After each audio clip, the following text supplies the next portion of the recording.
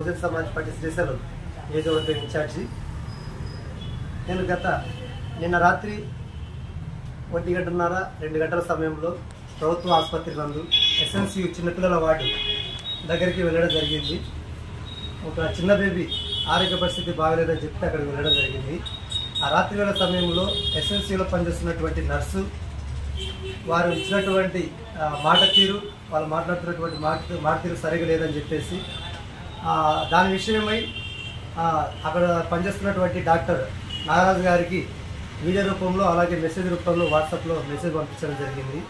దానిపై వివరణ కోరితే ఈరోజు ఉదయం ఆయన ఏం చెప్తా ఉన్నాడంటే, ఈ SNCU అనేది ప్రభుత్వానికి కాదు, ఇక్కడ ఉన్నటువంటి టీడీపీ ఎమ్మెల్యేలది కాదు, ఏ ప్రభుత్వానికి కాదు, ఇది ఒక ప్రైవేట్ సంస్థది. కాబట్టి ఇక్కడ ఎవరు మాకు పైన అధికారులు ఉండరు, చైర్మన్లు ఉంటారు. ఆ చైర్మన్ల మాట కూడా నేను వినడం జరగదు. కాబట్టి ఇక్కడ నేను చెప్పిందే చట్టం, నేను చేసిందే వైద్యం, నేనే రాజు నేనే మంత్రి అన్నట్టుగా ఆయన మాటలు, ఆయన ధోరణి కనపడతా ఉంది.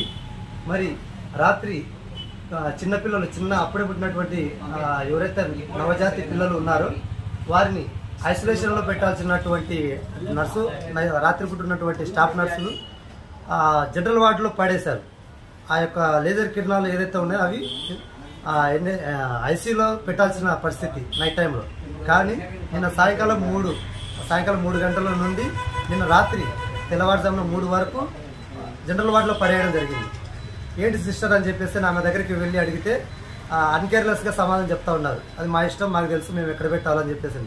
వారికి దోమలు కుట్టి వాళ్ళకి ఏదైనా అనారోగ్యం పాలైతే చిన్నపిల్లలు వాళ్ళు దాన్ని కోలుకోలేరు కదా అని చెప్తే, మేము డాక్టర్లము, మాకు తెలుసు, మేము MBBSలు చదివాము అని చెప్పేసి అని రూఢిగా మాట్లాడుతూ అన్కేర్లెస్గా చెప్తా ఉన్న పరిస్థితి.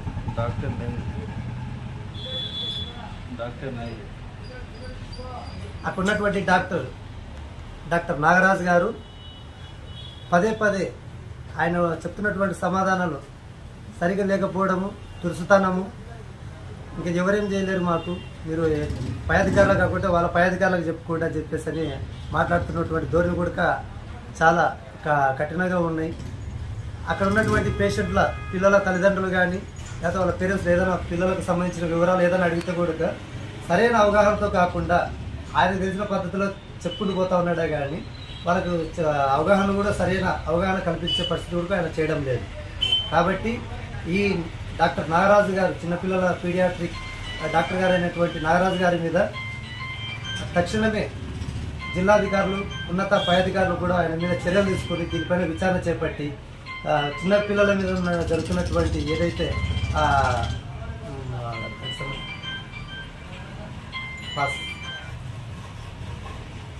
కాబట్టి పిల్లలకు ఆరోగ్య సంబంధిత వ్యాధుల మీద మరింత కఠినంగా వ్యవహరించాల్సిన పరిస్థితి ఉంది. కాబట్టి ఉన్నతాధికారులు దీని మీద చర్యలు తీసుకొని ఆయన మీద ఎంక్వైరీ కూడా వేయాలని చెప్పేసి బహుజన సమాజ్ పార్టీ తరఫున నేను డిమాండ్ చేస్తున్నాను.